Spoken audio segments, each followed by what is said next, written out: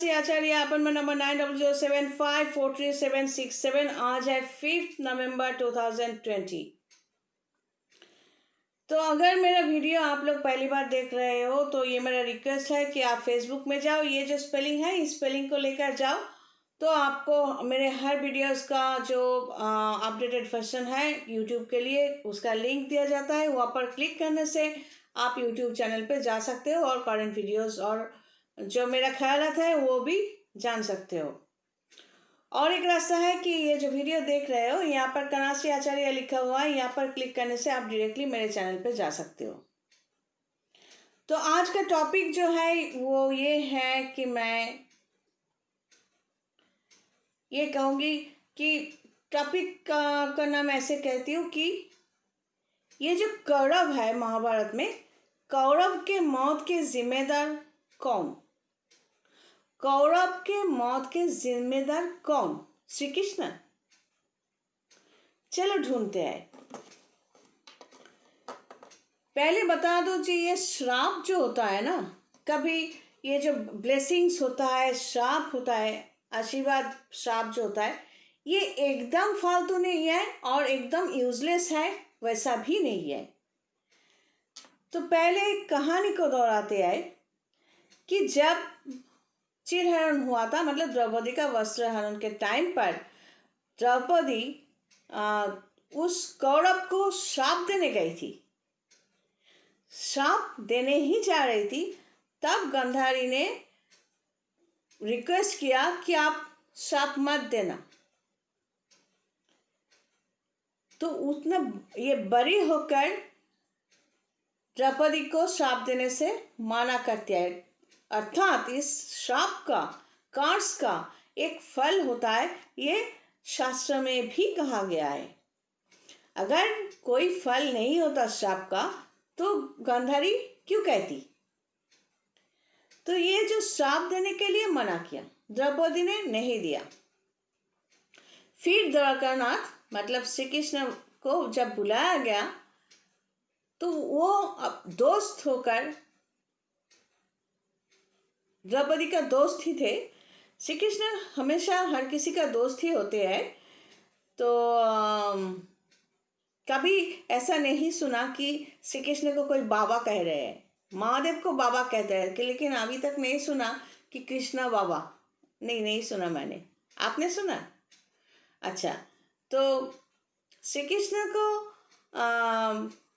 हम सभी जब चाहते हैं, किसी को पसंद करते हैं, हम चाहते हैं कि मेरा दोस्त मेरा कृष्णा बने। ये कॉमन डिमांड है ना? हम तो हमेशा चाहते हैं कि कोई भी मेरा दोस्त बने तो मेरा कृष्णा बने। तो कृष्णा जैसा दोस्त नहीं होते, इतना आसान नहीं होता। चलो टॉपिक पे चलते हैं। तो श्री कृष्ण ने द्रौपदी को कैसे बचाया ये आप सब जानते हैं। तो कौरव का मौत जब हुआ तो उसके बाद, मौत के बाद श्री कृष्ण गांधारी के पास गए तो कहने लगे कि आपका तो 100 बेटा ही मर गया। तो गांधारी श्री कृष्ण को पूछा कि एक भी बेटे को तुम जिंदा नहीं रख सकते थे, तुम तो भगवान हो। तो श्री कृष्ण ने कहा, मैंने कहा मारा, उसके कर्म ने उसको मारा। फिर भी गांधारी नहीं माने, श्री कृष्ण को श्राप दिया कि तुम ऐसे मरोगे। तो श्री कृष्ण का जवाब सीधी सादी लैंग्वेज में मैं बताने की कोशिश कर रही हूँ कि अगर जन्म लेते आए भगवान भी, भगवान तो एक शक्ति है, तो भगवान भी जन्म लेते आए तो उसको भी मरना पड़ता है, बीइंग ह्यूमन। तो मरना तो एकदम नेचुरल है, लेकिन कौन कैसे कहाँ पर मरेगा ये कर्म पर डिपेंड करता है। ऐसा नहीं होता कि हम ज्योतिषी है, हम नहीं मरने वाले, मैं भी मरूंगी, मतलब इस शरीर को छोड़ना ही पड़ेगा। क्योंकि हर किसी के पास इस ज्योतिष के अनुसार एक 8th हाउस होता है। मतलब ये अगर लग्न राशि है तो यहाँ पर 8th हाउस होता है, जहाँ पर अपना जो मौत है तो ये किस तरह होगा, कैसे होगा, ये सब कैलकुलेशन करने पर मिलते हैं। लेकिन ये इसको लेकर, मौत को लेकर कल्चर करना या कैलकुलेशन करना मैक्सिमम ज्योतिष लोग नहीं करते। तो हम शायद खुद के लिए करते हैं, लेकिन दूसरों के लिए हम करेंगे ही नहीं। तो ऐसा भी होता है कि एक एक कहावत है कि मृत्यु काले बुद्धि विनाश। तो जब जब हमारा टाइम, मौत का टाइम होता है, तो हमारा मानसिक संतुलन भी खो जाता है, हम डिसीजन सही तरह से नहीं ले सकते तब। तो इसीलिए हम चाहे या ना चाहे, हम सबको शरीर छोड़ना पड़ता है। तो ये तो ज्योतिष के साइड है। तो श्री कृष्ण भगवान ने ये समझाया था कि बीइंग ह्यूमन, उनको भी मौत वैसे ही आने वाला है।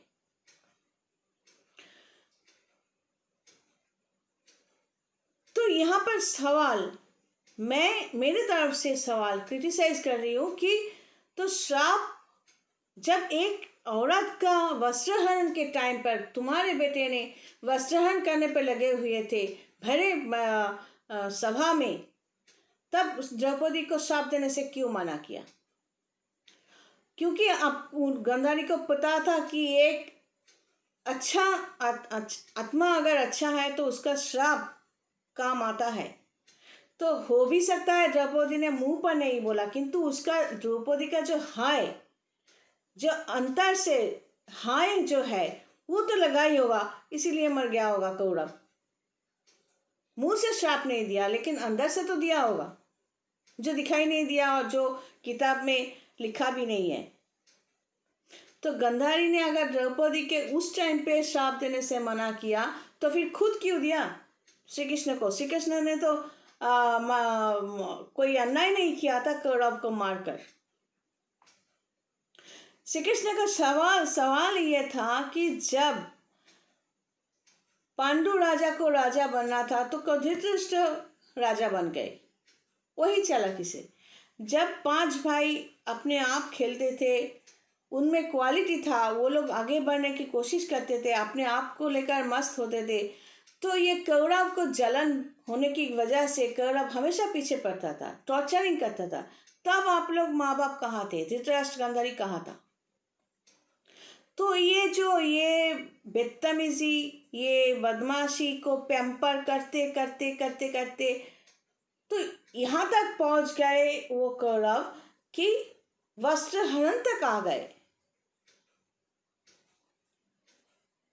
फिर भी उसके बाद इतने गंदा हरकत से बाद अगर उसको मार दिया गया, तो तब भी गांधारी सवाल उठा रही है कि मेरे बच्चों को क्यों मारा? क्या महान आत्मा थी।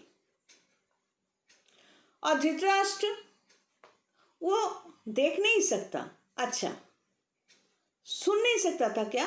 अगर सुन नहीं सकता तो संजय उवाचो, मतलब गीता में जो लिखा जाता है कि संजय ने सब कुछ महाभारत को रिले करके सुनाया था, और धृतराष्ट्र बैठकर सुन रहा था महाभारत युद्ध, मतलब वो सुन सकता था। तो सभा में बैठकर द्रौपदी का जो चीख है उसको सुनाई नहीं दिया, तब उसने क्यों नहीं रोका धृतराष्ट्र ने? जब उसको उनके बेटे ने चीख कर चिल्लाकर द्रौपदी का वस्त्रहरण करने का मजा ले रहा था, तब उसने प्रतिवाद क्यों नहीं किया, प्रोटेस्ट नहीं किया? प्रोटेस्ट ये शास्त्र में तो है, महाभारत में है, प्रोटेस्ट कई लोगों ने किया था, लेकिन उस प्रोटेस्ट में दम कहाँ था? जैसे कि एक दूसरे को मार रहा है, हम कह रहे ए रुकना, ए रुकना, ए रुकना, ये भी प्रोटेस्ट है। लोग कहेंगे कि हमने प्रोटेस्ट किया, तो आप समझ सकते हो किस तरह की प्रोटेस्ट है। नहीं, ऐसा मत करो, सोचो, ऐसा मत करो, तो ये प्रोटेस्ट है। प्रोटेस्ट तो वो होता है कि एक दूसरे पर अन्याय कर रहा है तो जाकर एक झापड़ मारे और रोकने की कोशिश करे, नहीं तू अन्याय कर रहा है, ये गलत है, वो प्रोटेस्ट होता है। नहीं नहीं, ऐसा नहीं करना चाहिए, नहीं तुम उसके साथ ऐसा मत करो। लोग कहेंगे मैंने प्रोटेस्ट किया, लेकिन जो बुद्धिमान है वो कहेंगे ये प्रोटेस्ट नहीं था, ये नाटक था। प्रोटेस्ट की तरह ही होना चाहिए, और अगर प्रोटेस्ट सही तरह से हो तो गलती को रोका जा सकता है। तो ये श्राप जो है, ब्लेसिंग जो है, आप कुछ करोगे नहीं, सिर्फ आशीर्वाद आशीर्वाद लेने से आपकी ज़िंदगी सुधर जाएगा क्या? नहीं। तो मेरा कहने का मतलब है, जो ये कर्मा जो है, ये कौरव ने जो अन्याय करता गया वो उसका कर्मा, तो उसके हिसाब से श्री कृष्ण का कहने का मतलब जो है महाभारत में वो ये था कि ये लोग, अर्जुन जब मारने के लिए मना कर रहा था तो श्री कृष्ण ने कहा ये सब मरे पड़े हुए हैं, ये मुंह खोलकर दिखा दिया, देखो सब मरे हुए हैं, आप सिर्फ उपलक्ष्य हो, मारो इसको, हम कह रहे हैं। तो इसका मतलब ये होता है, जो हम स्पिरिचुअली यानी एस्ट्रोलॉजिकली समझाने की कोशिश करते हैं कि आपका कर्म ही आपका फल है। आपका जो चेहरा है, आप जो बोलते हो, आपका जो पढ़ाई लिखाई है, सब कुछ आपका सोच है। ये कर्मा जो कह रही थी ना पिछले वीडियो में, स्पिरिचुअली या मेंटली या फिजिकली, ये सब कर्मा असेंबल होकर आपको फल देते हैं। आपके साथ जो भी होता है, अगर कई प्रॉब्लम्स है आपके साथ, तो देखना ही है ये प्रॉब्लम्स तो पिछली जिंदगी के अनुसार, कर्म के अनुसार, फल के अनुसार आप लेकर पैदा हुए हो। इस घर में, हर घर में प्रॉब्लम सजाकर रखा गया है। लेकिन पिछले जिंदगी में अगर अच्छा काम किया है तो उसका फल भी यहाँ पर होगा। हर एक जो घर में जो प्रॉब्लम्स है, आप ओवरकम करते करते करते करते करते करते आखिर तक जाओगे। तब आप अगर जीत कर जाते हो तो आप सैनिक बन जाते हो। लड़ाई करते करते अगर आप 1 2 3 4 घर गए और किसी भी कारण आप मर गए, फिर भी आप सैनिक ही हो ऊपर वाले के हिसाब से। ऊपर वाले को देखा नहीं जाता, वो और अलग टॉपिक हो गया। तो ये जो अपना कर्म जो है, अगर लड़ाई करके आप जीत कर जा सकते हो तो वो भी आपके अच्छे कर्म का ही फल है। तो ये लड़ाई करने की जो ताकत, यहाँ पर अगर कोई कहे अच्छा इसके साथ ऐसा क्यों हो रहा है, हमारे साथ भी हुआ था कि हम जहाँ पर पैदा हुए थे वहाँ पर इतना नॉन कोऑपरेशन जो है, इतना गंदगी है, इतना लेग पुलिंग है। तो ये सब हटाकर लड़ाई करते करते करते करते आज जो यहाँ तक पहुँची हूँ, तो आज यहाँ का पोजीशन देखकर कई लोग कई कमेंट करते हैं। लेकिन वो लड़ाई किसने नहीं देखा कि एक सैनिक जब भी मैदान में होते हैं तो उसका खून बहता है, जीते या हारे कुछ भी हो, खून बहता है, तकलीफ होती है उसको, वो दिखाई नहीं पड़ता। जब यहाँ तक लड़कर आ जाते हैं और यहाँ पर अगर उसको कोई मुकुट मिले या कोई शाबाशी दे, लोगों को वो नजर में आता है, कुछ लोग, और कुछ लोग होते हैं अप्रिशिएट करते हैं। कोई नहीं है। अगर ये मेरा सब्सक्राइबर जो भी है तो वो यकीनन मेरे कृष्णा ही है, जो ये सब्सक्राइब करके मुझे सपोर्ट कर रहे हैं। ये सब्सक्राइब जो है, मैं सोच रही हूँ मैं बहुत खराब हूँ, लेकिन फिर भी जो लोग सब्सक्राइब कर रहे हैं तो वो तो मेरे कृष्णा है, वो मेरे भगवान है। ये मेरा सोच है।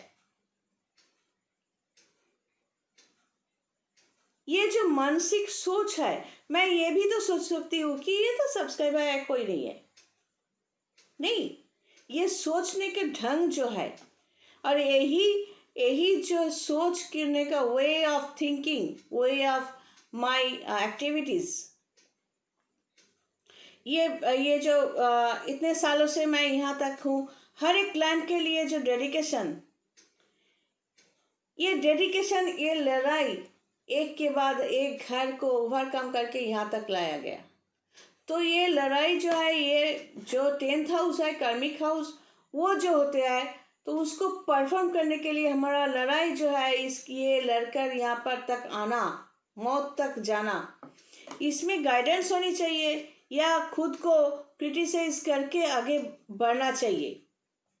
नहीं तो हाल जो है वो कौरव की तरह ही होता है, अचानक होता है।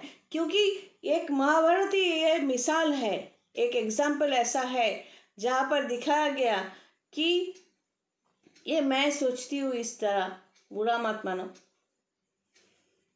कि माँ बाप अपने औलाद के मौत के कारण होते हैं। एक तो दुर्योधन, अगर दुर्योधन को पकड़ते हैं तो हो सकता है उसका बिस्ट नेचर यहाँ उसका लगना है, ठीक है ना। तो यहाँ से 4th हाउस जो है, तो यहाँ पर उसका माँ का हाउस, 10th हाउस में उसके 10th हाउस में उसके बाप का हाउस। तो माँ बाप के हाउस, ऐसा कभी भी होता है कि माँ बाप कुछ कहते ही नहीं है, तो हम अपने क्लाइंट्स को कहते हैं तो वो तो दुश्मनी है। आजकल जो माँ बाप करते हैं, माँ देखती है सुबह उठकर, बच्चा क्या देखता है, माँ सीरियल देख रही है, दोपहर सीरियल देख रही है, तो वो बच्चा क्या खाक जज बरिस्टर बनेगा? बच्चा किसी को मार कर आया, बाप कहेगा अच्छा पीट के आया, तुझे तो नहीं पीटा ना। जो बाप आज ताली बजा रहा है ना, तो कुछ टाइम को बीत जाने दो, वो तुम्हें भी थप्पड़ मारेगा। दूसरों को पीट कर, बेवजह पीट कर आने से तुमको मजा आ रहा है।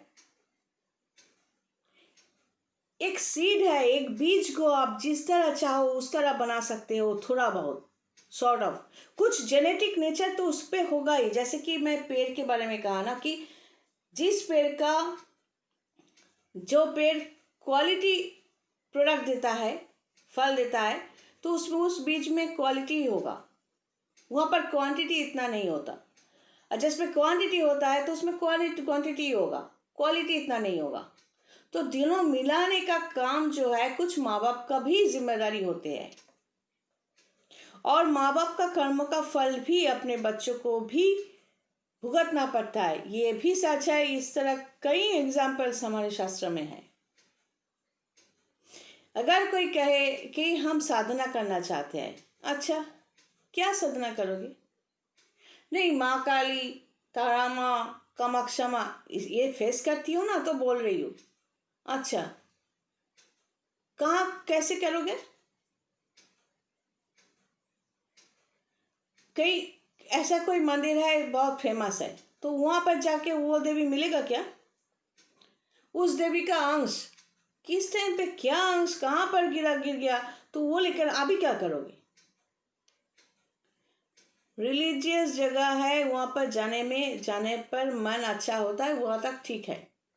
अच्छा जगह पर जाने से एक जो फीलिंग्स होता है, फ्रीक्वेंसी वहाँ का, वो बहुत पॉजिटिव होता है। जैसे कि आप मंदिर में जाते हो तो वहाँ का फ्रीक्वेंसी, उसका वेवलेंथ, मतलब उसका ऊर्जा, चीना भाषा में ची कहते हैं, वो पॉजिटिव होता है। इसीलिए आप किसी मंदिर में जाओ या चर्च में जाओ या मस्जिद में जाओ, वहाँ आपको एक पॉजिटिव फीलिंग महसूस करोगे।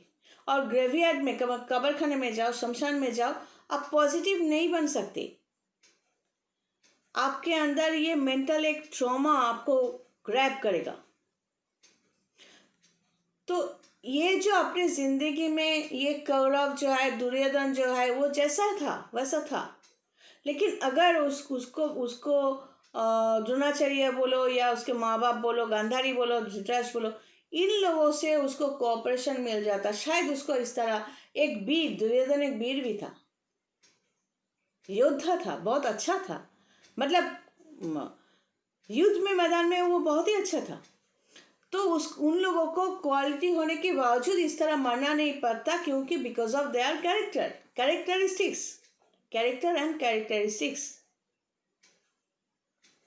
तो वो कैसे सुधारे? वो इस तरह, यहाँ से हम सुधार सकते हैं कर्म के जरिए। एक कर्म तो हम पैदा इसी होते हैं जेनेटिकली, खून में कुछ हैबिट होता है हमारा, कुछ पुनर्जन्म से होता है, पिछले जन्म के अनुसार होता है, और कुछ हमारे कर्म के अनुसार हम बनाते रहते हैं। जो कुछ जैसे कि हमारे यहाँ काम होगा कि नहीं, ये दूसरे वीडियो में हम चलते हैं। बहुत ज़्यादा बोल दिया, चलिए, god bless and take care.